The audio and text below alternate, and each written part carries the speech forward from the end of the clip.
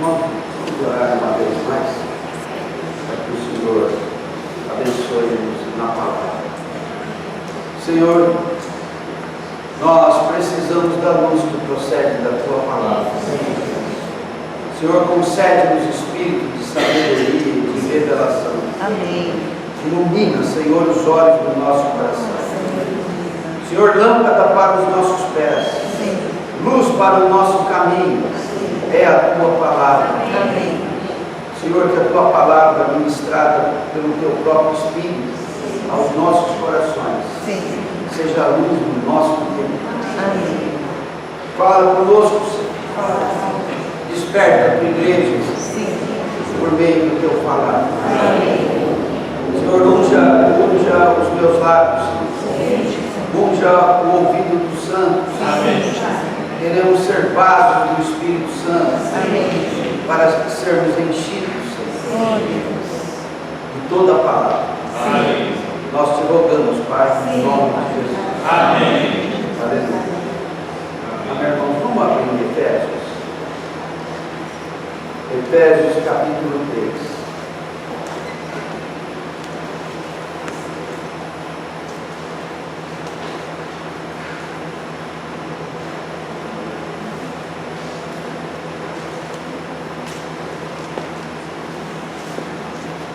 Efésios capítulo 3. Eu vou ler, irmãos.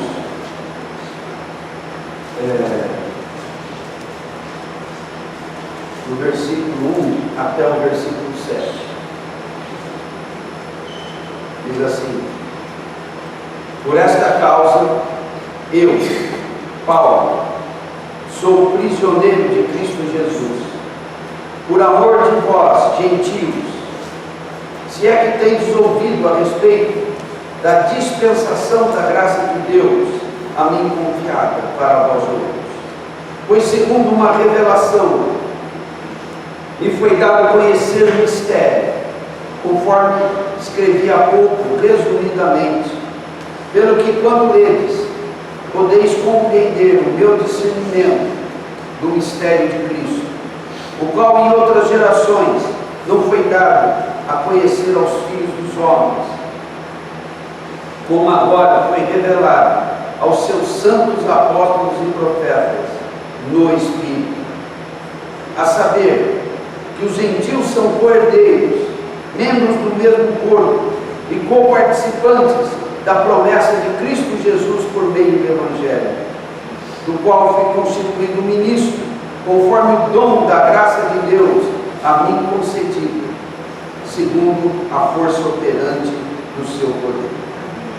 Irmãos, Paulo, como é próprio dele, diz muitas coisas com poucas palavras. Eu li aqui 7 versículos e o conteúdo aqui é muito mais do que nós podemos sondar. Mas vamos tentar comentar essas palavras de Paulo e ver que sentido prático isso pode ter para nós. Irmãos, isso que o Júnior compartilhou, eu espero que seja um despertamento que o Senhor está trazendo para nós. Amém. Nós precisamos desse despertamento. Amém. Humanamente falando, o que nos é necessário, Deus tem provido. Mas nós precisamos ter busca espiritual, irmãos. Porque esse mundo, com a sua aparência, ele passa. Irmãos, nós existimos não para vivermos esse mundo. Nós existimos não para viver essa carne. Nós existimos para o Espírito e para o reino, para cumprimento do propósito eterno de Deus. Esse mundo está passando, irmãos. Esse mundo como um todo. Jesus está muito perto de voltar. Mas a manifestação da segunda vinda de Cristo não será antes da manifestação do aparecimento do anticristo. Então, não podemos festejar a vinda de ação do anticristo, irmãos. Isso que o Júnior compartilhou, de nós sermos distraídos, enganados, de tantos irmãos estarem enfraquecidos, desanimados, sendo enganados de muitas maneiras, isso é algo que por toda a história da igreja tem sido assim. Mas nesses dias, é certo que essas coisas têm intensificado. A ação do engano vai ser tão intensa que diz que, se possível, enganaria a cada um de nós que fomos escolhidos. Então temos de permanecer firmes no Senhor. Amém. Antes de entrarmos no texto, eu quero ler algo na segunda epístola de Paulo aos Tessalonicenses, para depois também podermos, com base nisso, direcionarmos melhor essa palavra de Efésios. Vamos abrir em 2 aos Tessalonicenses.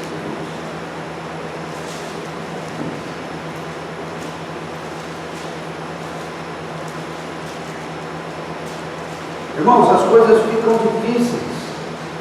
Não é porque nos falte poder, não é porque nos falte a provisão de Deus. As coisas ficam difíceis porque nós temos sido levados por enganos, por muitos enganos, em consequência principalmente do quê? De Cristo não ser a principal coisa da nossa vida. Então vejam aqui, irmãos, segunda epístola de Paulo aos Tessalonicenses, capítulo 2. Eu vou ler até o versículo 12. Aqui Paulo está falando de algo sobre esse tempo do fim. Ele diz: irmãos, no que diz respeito à vinda de nosso Senhor Jesus Cristo e a nossa reunião com Ele, nós vos exortamos a que não vos demovais da vossa mente com facilidade, nem vos perturbeis, quer por espírito, quer por palavra, quer por epístola, como se procedesse de nós, supondo tenha chegado o dia do Senhor. O que Paulo está querendo dizer aqui? Que haveriam muitas coisas ditas talvez até mesmo dentro da igreja ou partindo de cristãos para nos confundir com respeito à vinda do Senhor. Então ele diz para nós não nos demovermos facilmente do que temos aprendido. Não demovais da vossa mente, não vos demovais da vossa mente. Amém. Com facilidade. Amém. Irmãos, se nós não resistirmos ao maligno, com facilidade, e nós vamos ver isso na parábola do semeador. Ele vem e rouba a semente.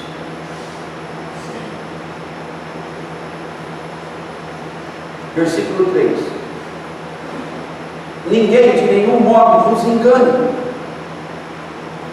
Então, irmãos, quando se fala da volta do Senhor, uma das palavras importantes é engano. É importante para nós e importante para o adversário, porque essa é a arma principal que ele vai ter, o engano. E é importante para nós, para não nos deixarmos ser enganados. Versículo 3: ninguém de modo nenhum vos engane, porque isto não acontecerá. Isto que é a vinda do Senhor não acontecerá sem que primeiro venha a apostasia. A apostasia. O Luiz Pontes tem muito encargo nesse tema. A apostasia. O que é a apostasia? É o abandono da verdade, que nem eu compartilhei ontem à noite. Se deixar levar por pregações ilusórias, que não condiz com a verdade, e nos desvia do objetivo da nossa fé.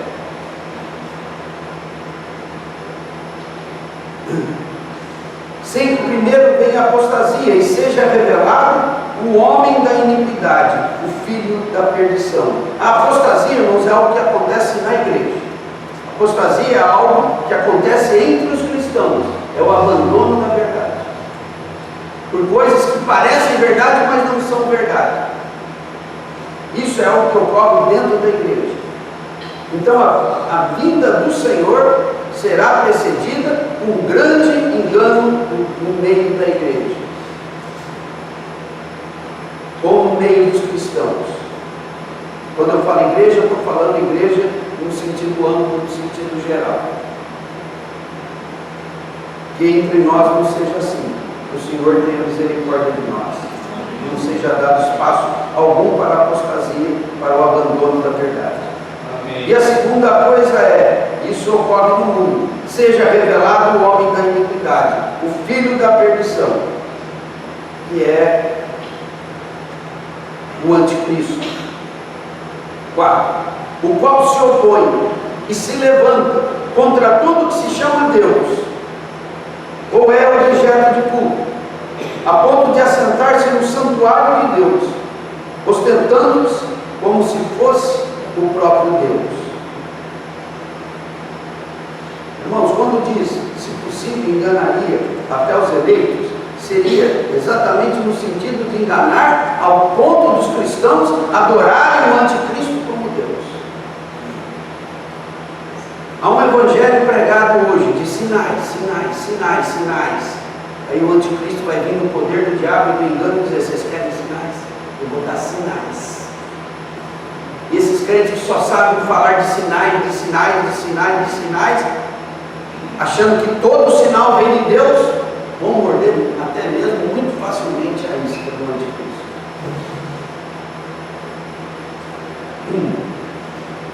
Sim, não vos recordais de que ainda convosco eu costumava dizer-vos essas coisas? Então Paulo, no pouco tempo que ele teve com os Tessalonicenses, ele estava sempre dizendo estas coisas. E agora sabeis o que o detém, para que ele seja revelado somente em ocasião oportuna. O que o detém, aqui é o que detém o anticristo. O que é que está impedindo que ele se manifeste? São as dispensações de Deus. Daqui a pouco chega a dispensação da última semana, e todo esse poder vai ser liberado. Da última semana das 70 semanas profetizadas por Daniel. E na verdade elas já se avizinham. E os poderes malignos se aproximam e se intensificam. E agora,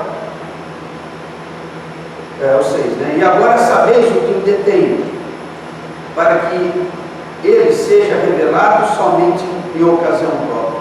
7. Com efeito, preste atenção, irmãos, o mistério da iniquidade já opera, e aguarda somente que seja afastado aquele que agora o detém.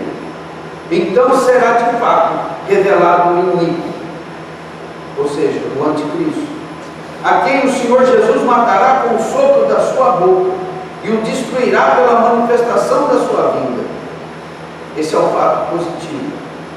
O Senhor virá e o matará com o sopro da sua boca e o destruirá pela manifestação da sua vinda e estabelecerá o seu reino eternamente. Esse é o lado positivo. Agora vamos ao lado negativo da manifestação do anticristo. Ora, o aparecimento do inimigo é segundo a eficácia de Satanás, ou seja, é segundo o poder de Satanás, o poder eficiente de Satanás. É segundo a eficácia de Satanás.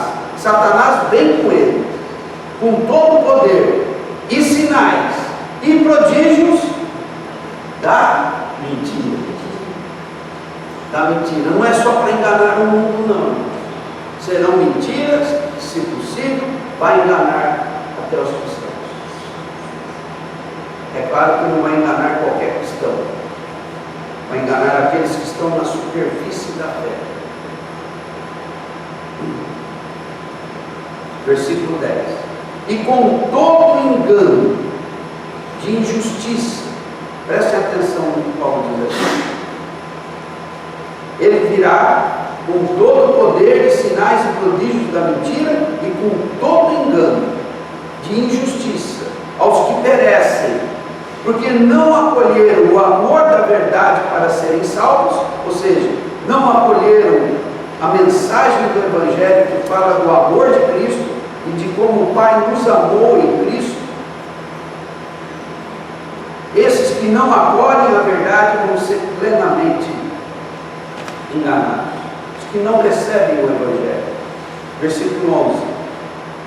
E é por este motivo que, prestem atenção, irmãos, é por este motivo que Deus lhes manda a operação do erro para darem crédito à mentira. Deus, irmãos, por que Satanás não está ainda ardendo no lago que arde com fogo e enxofre, se para lá ele foi condenado? Por que Satanás ainda está livre? Se é lá o destino eterno dele. Que utilidade tem o diabo? Oi? Não, isso é o que ele faz. A utilidade dele é a seguinte, irmãos. Utilidade para Deus. Ele tem uma utilidade para Deus, que é provar o coração dos homens. O diabo só está solto aí, irmãos, para provar o coração dos homens. Ele está solto desde o jardim do Éden, na figura da árvore do conhecimento do bem e do mal. Quem estava ali na árvore do conhecimento do bem e do mal? E quem é que provou o coração de Eva e de Adão? Senão a serpente. Então não tem outra razão para esse rebelde infame estar livre por aí. Mas Deus o utiliza para provar o coração dos homens. O que é que os homens querem? Querem Deus ou querem participar da rebelião de Satanás? Infelizmente, muitos querem participar da rebelião de Satanás.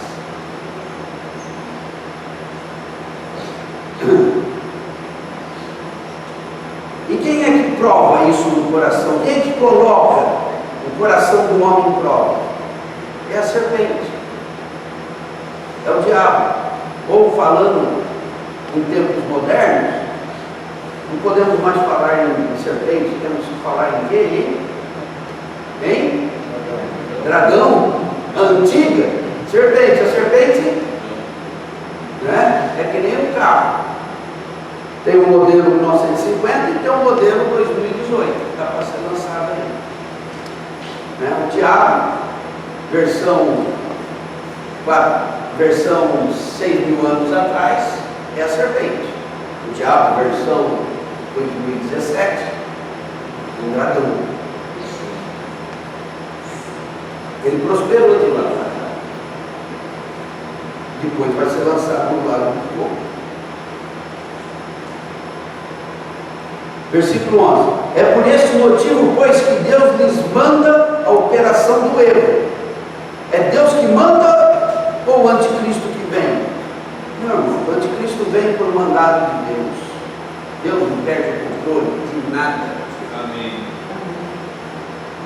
E por fim, ele vai utilizar o diabo e lançá-lo no lago do fogo. Ele só está aí para provar o coração dos homens. É por esse motivo, pois, que Deus lhes manda a operação do erro, para darem crédito à mentira. Ah, vocês não querem aceitar a verdade do amor de Deus? O Evangelho é pregado uma vez, 2 vezes, 3 vezes, 4 vezes, 1000 vezes, você não quer.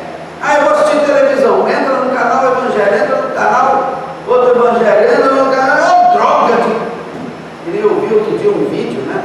Ô, cristãos, o cara falava assim, lá na Câmara dos Deputados. Ô cristãos desgraçados, ô raça, odiando os cristãos, alguém ligado ao movimento LGBT. Não é possível como eles articulam, não é possível como eles se intrometem em tudo.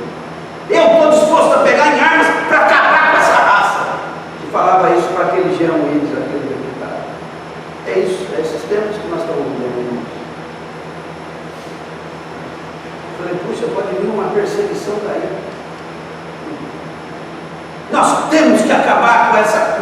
essa cultura judaico-cristã. Senão não tem esperança para nós. Esse vídeo circulou muito por aí. Você viu? Uma raiva, né? De ódio. Pois eles dizem que somos nós que oprimimos eles. Eles estão querendo nos matar, irmãos. Põe uma metralhadora na mão dele e coloca ele na posição que eu estou aqui. Para ver se ele não vai querer um muçulmano. Maluco. Prega fogo. Então eles são esses que não acolhem a verdade do amor. Não aceitam o Evangelho. Ah, então vocês querem acreditar na mentira? Então eu vou mandar uma mentira bem grande para vocês acreditarem e morrerem abraçados com o mentiroso.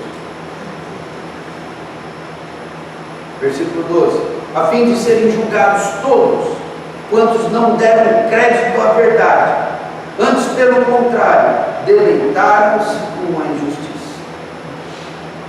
Irmãos, esse enganador está sendo liderado por Deus para agir no mundo, para operar o erro, para induzir as pessoas a crerem no que é falso, para se afastarem o máximo possível do Evangelho, das boas novas, do amor de Deus. E isso está agindo de todas as maneiras, na educação, nas escolas, não é isso? Na mídia.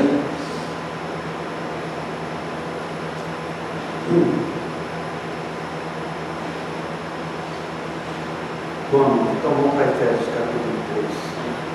A escola estão se abrindo, mas não tenho dúvida de que deve abre não sabe se abre. Mas isso é a situação aqui no Brasil. No mundo essa situação já está instalada. O Brasil ainda oferece alguma resistência, na América Latina, né? Por meio dos evangélicos. Por meio dos evangélicos. Bom, então vamos voltar aqui no capítulo 3. Os irmãos vão ver como que vai fazer sentido isso que Paulo está falando aqui. É importante a gente observar que o que Paulo vai falar aqui em Efésios é muito depois do que ele já falou em Tessalonicenses. Possivelmente as epístolas aos Tessalonicenses sejam as primeiras epístolas de Paulo. E essa daqui é perto do final do ministério dele. Então vamos aqui, versículo 1. Por esta causa, eu, Paulo, sou o prisioneiro de Cristo Jesus, por amor de vós, gentios. Quando ele diz, por esta causa, é por causa do quê? É por causa do que ele escreveu no capítulo 2, que nós já vimos em detalhes. O que ele escreveu no capítulo 2? Ele escreveu basicamente 2 temas. Do versículo 1 até o 10, como o Senhor nos salvou quando nós estávamos mortos em nossos delitos e pecados, e nos deu vida juntamente com Ele, e nos ressuscitou juntamente com Ele, e nos fez sentar juntamente com Ele nos lugares celestiais, nos salvando pela sua graça. Então é isso que esse é o tema do capítulo 2, do 1 até o 10. Essa salvação graciosa do Senhor, que nos busca lá da morte. Nós estávamos lá mortos em nossos delitos e pecados, andando no mundo, regido por Satanás. Mas o Senhor, em sua grande misericórdia, foi lá e nos resgatou e graciosamente nos salvou. Amém. E nos deu vida juntamente com Cristo. Amém. Então esse é o tema da primeira parte do capítulo 2. Na segunda parte, Paulo vai dizer como é que ele nos aproximou do seu povo. Ele nos colocou para vivermos uma vida coletiva. Do versículo 1 até o 10, ele fala como o Senhor agiu para salvar a cada um de nós. E depois do versículo 11 até o final, 22, ele fala como que nós que éramos totalmente estranhos ao povo de Deus, ou seja, a Israel, fomos aproximados, e como o Senhor fez dos dois, de Israel e de nós gentios, um só povo, um só corpo, e nos fez família de Deus. Então, irmãos, esse capítulo 2 aqui é tremendo. É tremendo. A maneira como Deus nos salvou, do lugar onde Ele nos tirou e até onde Ele nos exaltou. E como Ele nos tira do mundo, de um viver sem esperança, para nos colocar no meio do seu povo, no meio da sua própria família. Então, tudo isso já foi bastante falado, bastante pregado. E agora no capítulo 3, verso 1, ele diz: por esta causa, quer dizer, por causa disso, por causa dessa obra de Cristo, por causa do que Deus fez pelo homem, pela humanidade, eu entreguei a minha vida, e eu só vivo para proclamar isso, para anunciar isso. E no momento ele está dizendo, no momento eu sou prisioneiro. Ele escreve essa carta na prisão. No momento ele está preso, porque ele prega estas coisas. Ele está preso, porque ele, por pregar essas verdades, ele despertou o ódio dos judeus contra ele, que armaram contra ele para o matar. E por fim ele foi salvo pelo poder do Império Romano, quer dizer, na verdade pelo poder de Deus. Então ele foi posto pelo poder de Deus sob guarda, sob proteção do Império Romano, para não ser trucidado pelos judeus. Então agora ele está num período de 2 anos, preso, por um lado preso, por outro lado guardado por Deus, da fúria dos judeus, que queriam matá-lo. E ali ele faz uma reflexão de todo o seu ministério, dos seus acertos, dos seus erros, e escreve às igrejas. Amém. Então aqui ele está escrevendo aos Efésios. Então, por esta causa, por causa de tudo que foi falado no capítulo 2, ele se tornou um pregador, e agora ele está preso. Mas ele diz que na verdade ele não é prisioneiro dos romanos, ele é prisioneiro de Cristo Jesus. Porque se ele não quisesse estar preso, era só não pregar o Evangelho. Se ele quisesse estar livre, no conforto da posição que ele tinha entre os judeus, era só anunciar essas maravilhas do capítulo 2. Mas quando Deus o derrubou lá no caminho de Damasco, o Senhor começou a revelar essas coisas a ele. Ele falou: minha vida agora não tem mais sentido, se não anunciar essas coisas.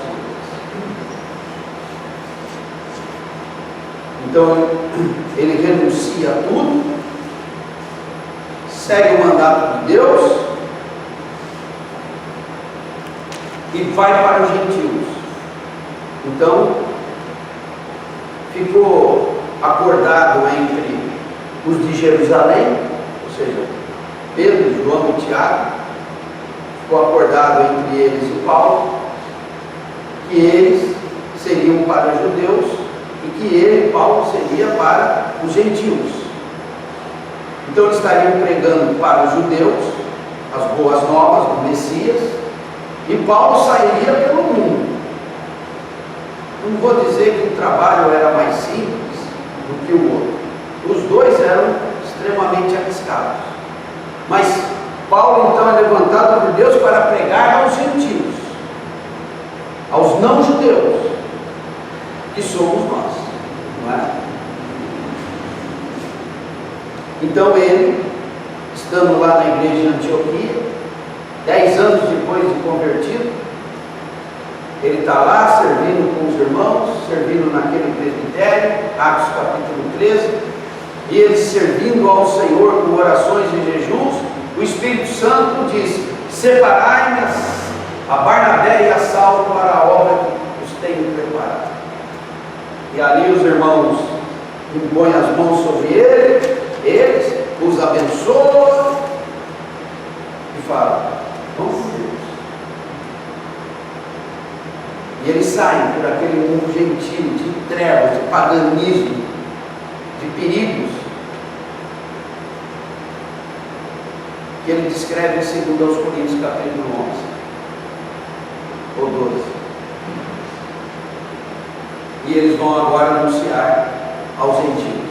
Eles queriam chegar lá e dizer: olha, gente, presta atenção, tudo isso que vocês adoram aqui não são deuses de verdade, porque só um Deus que criou os céus e a terra e que é Senhor absoluto de tudo.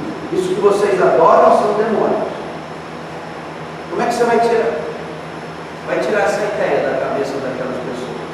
Mas Paulo chegava com o poder do Espírito Santo, Amém. pregando a palavra e com demonstração de Espírito e poder.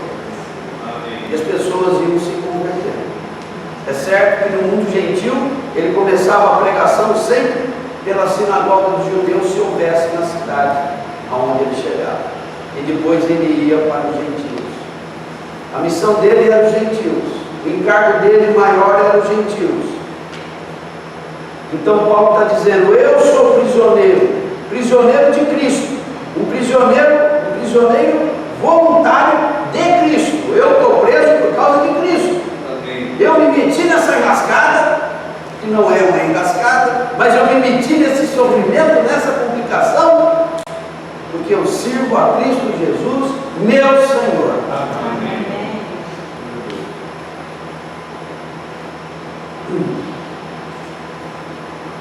Por amor de vós, gentios, que era o seu encargo. Era por amor dos gentios, dos não-judeus. Versículo 2: se é que tendes ouvido a respeito da dispensação da graça de Deus, a mim confiada para vós outros. Então ele está dizendo aos irmãos da dispensação, ou seja, da administração da graça de Deus, a mim confiada para vós outros. Então, como é que Deus administrou a sua graça a ser anunciada pelo Evangelho? Então, os de Jerusalém ficam com os judeus e Paulo com os gentios. Então, foi assim que Deus administrou a ministração dessa graça através dos apóstolos. É isso que ele está dizendo aqui. Se é que tens ouvido a respeito da dispensação ou administração da graça de Deus, a mim confiada para vós outros. Foi assim que Deus administrou. Alguns apóstolos para os judeus, outros apóstolos para os gentios. Versículo 3: pois segundo uma revelação me foi dado conhecer um mistério, conforme escrevi há pouco, resumidamente, pelo que quando ledes, podeis compreender o meu discernimento do mistério de Cristo. Irmãos, tudo que ele falou no capítulo 2, e que eu coloquei para os irmãos em poucas palavras, tudo isso é um mistério. E eu quero, no tempo que me resta, mais 20, 25 minutos, eu quero falar sobre mistério. Mistério.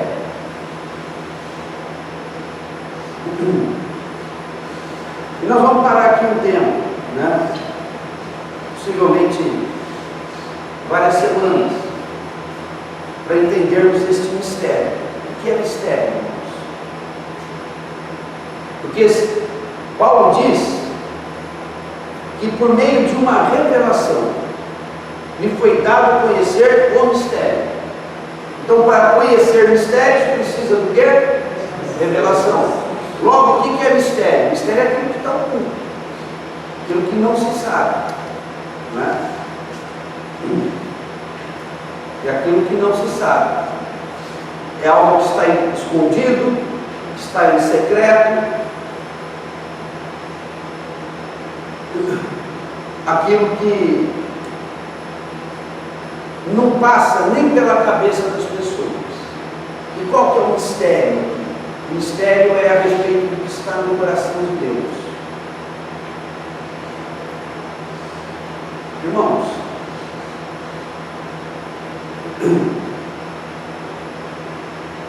porque o homem não busca Deus, ou porque o homem não buscou a Deus desde Adão, Deus deixou de ser claro para o homem. Não era assim no começo. Deus criou o homem à sua imagem e semelhança, o colocou no jardim do Éden, e Deus transitava ali livremente. Deus falava com Adão, falava com Eva, e não havia propriamente estranheza entre Deus e aquele casal. Mas tudo aquilo, irmãos, ainda estava sujeito a uma coisa, a uma escolha. As coisas permaneceriam assim e até se intensificariam nessa comunhão com Deus, ou ela seria perdida de vez. Tinha algo em suspenso ali. Tinha uma escolha no coração de Eva e de Adão, que ainda deixava aquela situação estável. Vai permanecer assim, ou isso vai acabar? Tudo dependia do quê? Do que eles escolheriam. Se árvore da vida ou se árvore do conhecimento. O que aconteceu, nós estamos cansados de saber. E o homem saiu da presença de Deus. Mas os irmãos não acham curioso que quando Caim pecava, ou no momento em que ele ficou enfurecido porque Deus não aceitou a sua oferta, que Deus falasse com ele e ele falasse com Deus? Por quê? Porque mesmo fora do Éden, naquele começo, o relacionamento entre homem e Deus não estava ainda totalmente destruído. E mesmo com uma pessoa ruim, que nem aquele Caim, que se tornou assassino do seu irmão, Deus ainda vinha e falava com ele: Caim, por que você está com o rosto caído assim? Se você fizer a coisa certa, não é certo que você vai aprovar, ser aprovado. Mas o pecado agora está contra ti. E você tem que dominá-lo, Caim. Deus está dando a dica, Deus está torcendo por ele, para que se arrepende, volte atrás e domine o pecado. Foi o que eu falei agora há pouco, o domínio do pecado. É algo que Deus deu ao homem. E mesmo fora do Éden, Deus está dizendo para Caim: reage. Sai dessa linha de pensamento.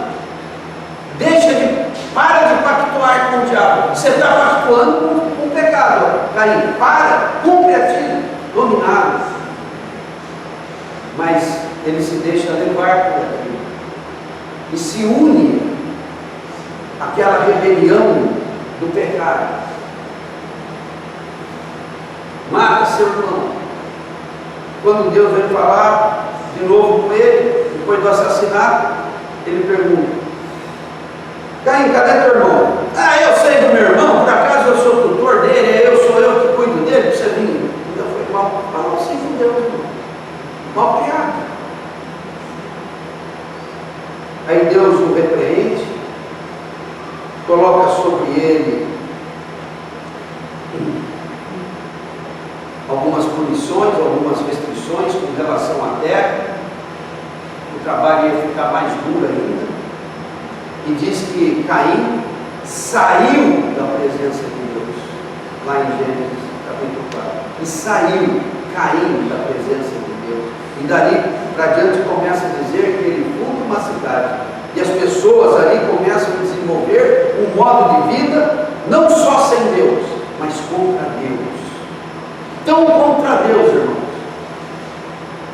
E depois de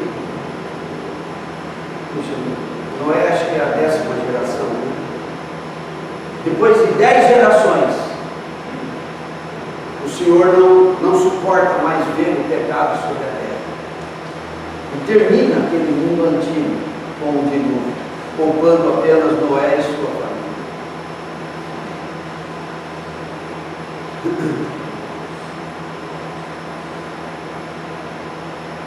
Irmãos, eu estou falando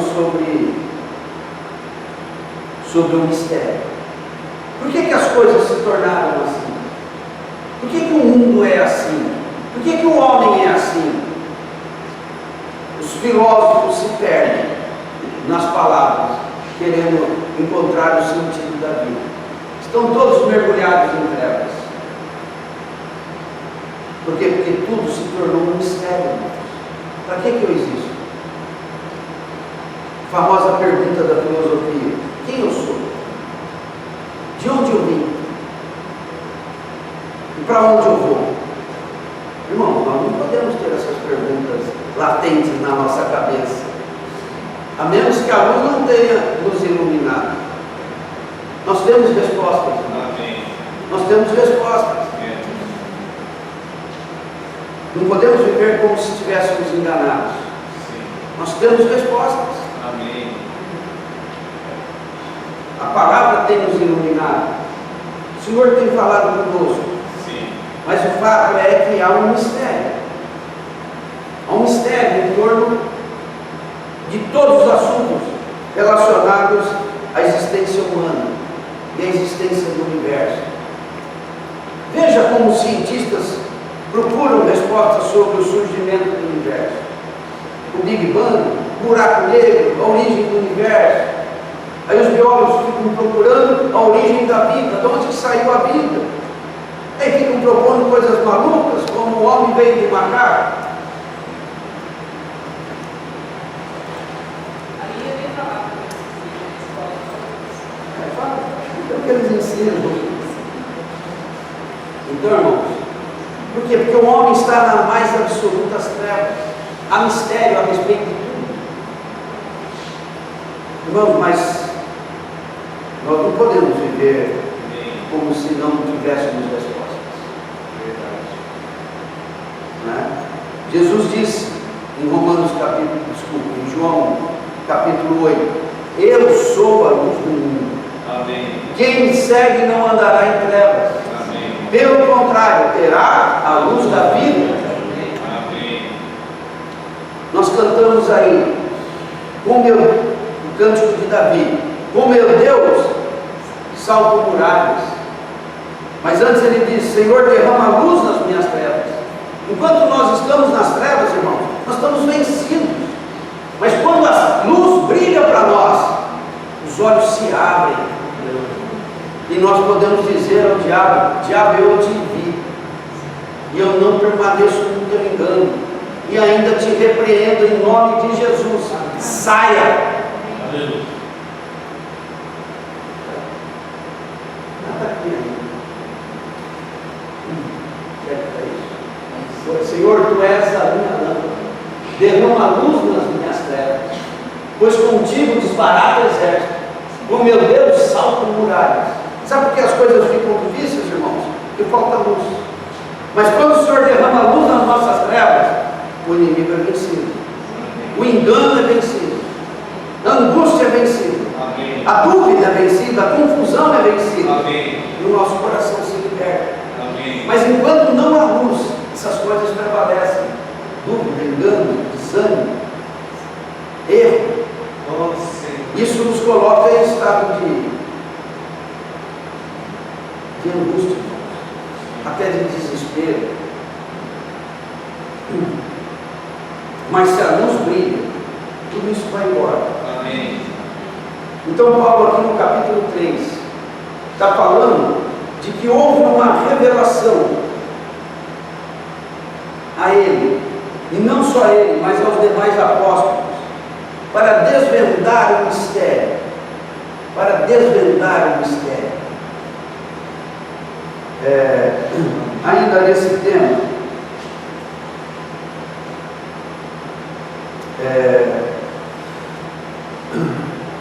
nos versículo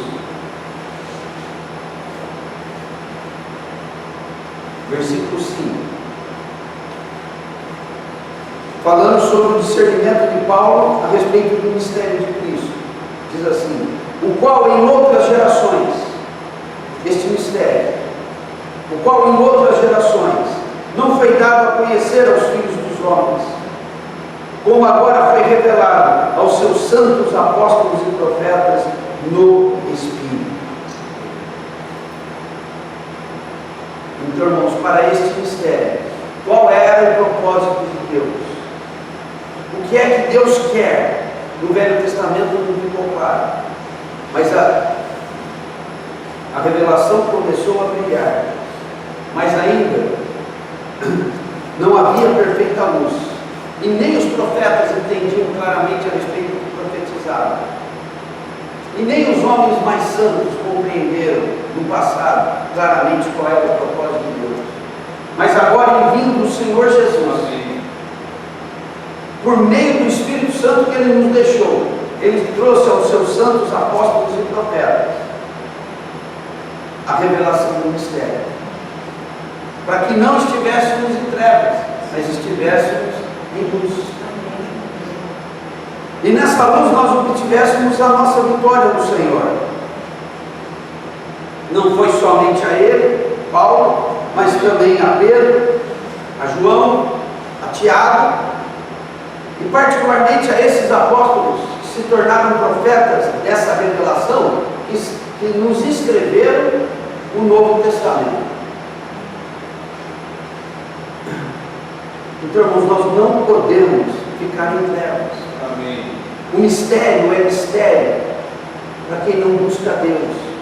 O mistério é mistério para quem não quer vir para a luz. E quando nós não queremos nos achegar à luz, então nós ficamos suscetíveis, ficamos vulneráveis ao engano.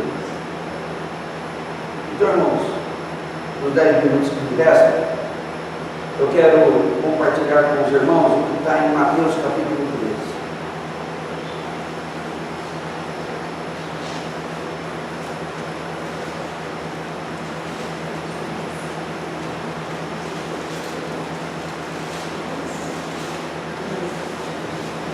Irmãos, nesse capítulo, Mateus nos conta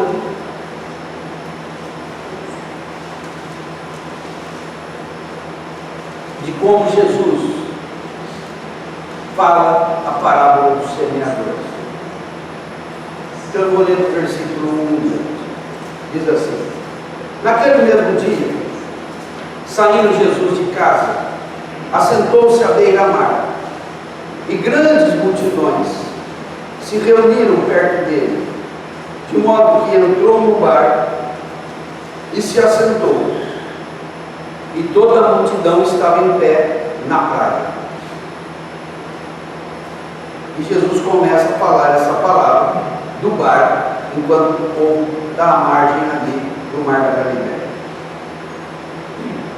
E de muitas coisas lhes falou por parábolas, e dizia: o que é uma parábola?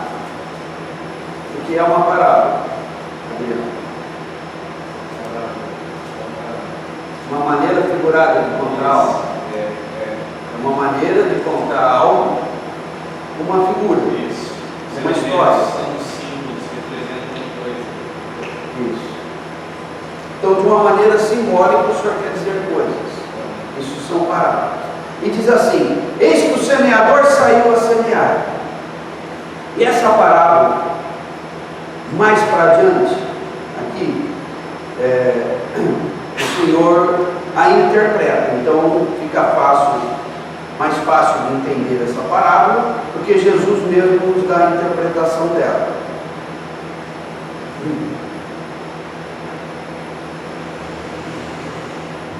A partir do versículo 19 até o 23, o Senhor nos dá a interpretação dessa parábola. Mas a parábola é a seguinte: eis que o semeador saiu a semear. O semeador é Jesus, porque ele semeia a palavra de Deus. E ao semear, uma parte caiu à beira do caminho, e vindo as aves a comeram. Outra parte caiu em solo rochoso, onde a terra era pouca, e logo nasceu, visto não ser profunda a terra. Saindo, porém, o sol a queimou, porque não tinha raiz, secou-se. Outra caiu entre os espinhos, e os espinhos cresceram e a sufocaram. Outra, enfim, caiu em boa terra e deu fruto, a 100, a 60 a 30 por 1. Quem tem ouvidos para ouvir, ouça. Agora vamos para a interpretação. Versículo 19. A todos os que ouvem a palavra do reino e não a compreendem. Esse não a compreendem não é porque falta escola ou porque são deficientes mentais. Nós vamos ver numa leitura seguinte, eles não ouvem e não a compreendem porque não querem. Porque não querem. A todos os que ouvem a palavra do reino e não a compreendem, vem o maligno e arrebata o que lhes foi semeado no coração. Este é o que foi semeado à beira do caminho.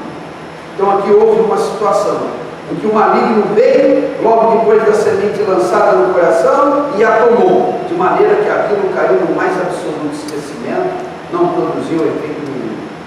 O que foi semeado em solo rochoso, esse é o que ouve a palavra e a recebe logo com alegria, mas não tem raiz em si mesmo, sendo antes de pouca duração, e lhe chegando a angústia ou a perseguição por causa da palavra, logo se escandaliza, ou logo tropeça. 22. O que foi semeado entre os espinhos é o que ouve a palavra. Porém, preste atenção, isso aqui está bem dentro do que o Júnior colocou. Porém, os cuidados do mundo e a fascinação das riquezas sufocam a palavra e ficam infrutíferas. É essa a situação, né, que a gente está submetido, né? Mas o que foi semeado em boa terra é o que ouve a palavra. Amém. E a compreende. A compreende não é porque é mais inteligente, é porque ele está com os ouvidos abertos. Amém. É porque quer compreender. Este frutifica e produz a 100, a 60 e a 30 por 1. Agora, vamos procurar entender, irmãos, o porquê das diferentes reações. Então vamos para o versículo 10. Eu tenho só mais 5 minutos. Presta atenção, o Senhor vai explicar o porquê das diferentes reações. Desde o que a semente é roubada e nada fica. Tem os que a semente começa algum trabalho, mas não prospera. E por fim, aqueles que frutificam, que é o desejado. Versículo 10. Depois que o Senhor falou a parábola, até o versículo 9, os discípulos foram indagar o Senhor. Então diz assim: então se aproximaram os discípulos e lhe perguntaram: por que eles falam por parábolas? Por que não fala claro logo? Por que já não explica claramente as coisas? Por que fala por meio de parábolas? Por que precisa de interpretação? Por que o Senhor complica as coisas na nossa cabeça? Em outras palavras, versículo 11: ao que respondeu: porque a vós outros é dado conhecer os mistérios do reino. A vós outros quem, irmãos? Os discípulos que se aproximaram. Não é a multidão que ouviu. A compreensão vem para aqueles que disseram: Senhor, explicou. O Senhor falou uma parábola aí, agora como é que a gente fica? Não entendi nada. A maioria vai embora, mas tem alguns aqui que falam: Senhor, explica aí. Está complicado. Versículo 11: ao que respondeu: porque a vós outros é dado a conhecer os mistérios do reino. Paulo lá vai falar de mistérios, irmãos. Mistérios que estão sendo revelados. Coisas a respeito das intenções de Deus. O porquê Ele nos criou a sua imagem e semelhança. O que é que aconteceu com o homem. O que é que está no coração de Deus. A que nós vamos chegar. Isso não pode ser mais mistério para nós, irmãos. Amém. Se nós penetrarmos nessa palavra, nessa revelação, nós vamos ser de tal maneira tomados pela luz do Senhor que engano algum vai prevalecer em nós. Amém. Versículo 12: pois ao que tem se lhe dará e terá em abundância, mas ao que não tem, até o que tem lhe será tirado. Eu gastei muito tempo nesse versículo, mas agora não tenho tempo para compartilhar. Da próxima vez. Por isso, lhes falo por parábolas, porque vendo, não veem, ouvindo, não ouvem, nem entendem. Por que é que não compreende? Porque é burro? Não. É porque vê, olha, mas não enxerga, escuta, mas não ouve. E vamos ver o porquê disso. Não ouvem, não entendem, de sorte que neles se cumpre a palavra de Isaías. É a missão que Deus deu a Isaías. Deu a Isaías no capítulo 6. Ouvireis com os ouvidos e de nenhum modo entendereis. Vereis com os olhos e de nenhum modo percebereis. Agora vem a explicação do Senhor. Porque o coração deste povo está endurecido. Ou a palavra melhor aqui, porque o coração deste povo está gordo, está soberbo, está arrogante, não se julga necessitado de conhecer verdades. Acha que tem a verdade, mas até o que tem, o que acha, lhe vai ser tirado. Porque o coração desse povo está endurecido, está gordo, está soberbo, está inchado, de mau grado ou de má vontade, ouviram com os ouvidos. Ouviu de má vontade, irmãos, não deixa isso jamais tomar conta do teu coração. Se a palavra está sendo pregada, ouve de bom grado. Ouviram com os ouvidos e fecharam os olhos. Por que não vê? Não vê porque fechou os olhos. Para não suceder que vejam com os olhos, ouçam com os ouvidos, entendam com o coração, se convertam e sejam por mim curados. Em última instância, concluindo, o que eles não querem? Eles não querem se converter ao Senhor. Então, por favor, lembra quando Estevão pregava, irmãos? E o rosto dele transparecia como de um anjo, e ele fazia uma exposição maravilhosa da palavra, que expunha o pecado de todo mundo. O que eles fizeram? Numa determinada altura, taparam o ouvido, renharam o dente de raiva, se arremeteram contra ele e não pararam enquanto Estevão estivesse morto. E quem estava no controle de tudo aquilo? Saulo, o jovem Saulo. Por isso que o Senhor falou: Saulo, Saulo, porque me persegues, dura coisa é recalcitrar contra os aviões. Desde Estevão, Saulo falou: o Senhor tocou o coração de Paulo, mas só foi alcançar alguns anos depois.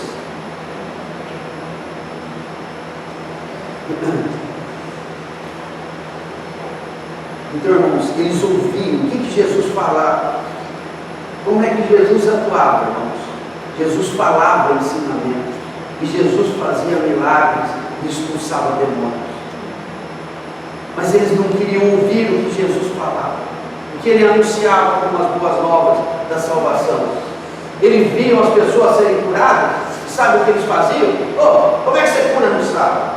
Não se impressionavam com a cura, irmãos. Ainda iam perseguir Jesus quantas vezes? E Jesus, só para provocar, gostava de curar no sábado. Mas que sábado era um dia predileto dele curar. E aquela turma ficava irada.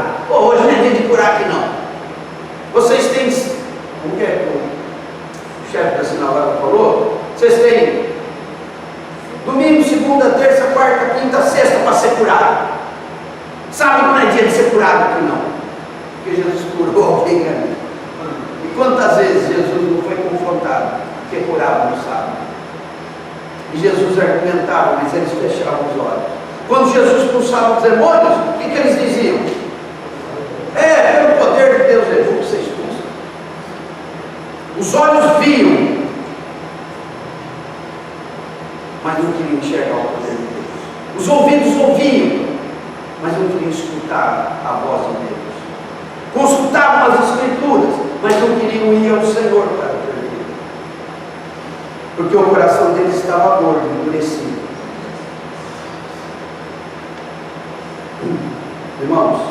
sejamos como os discípulos. Porque a vós outros é dar, conhecer os mistérios. Mistérios. Senhor, revela-nos os mistérios. Temos que aplicar a nossa vida na luz do Senhor e compreender todos esses mistérios.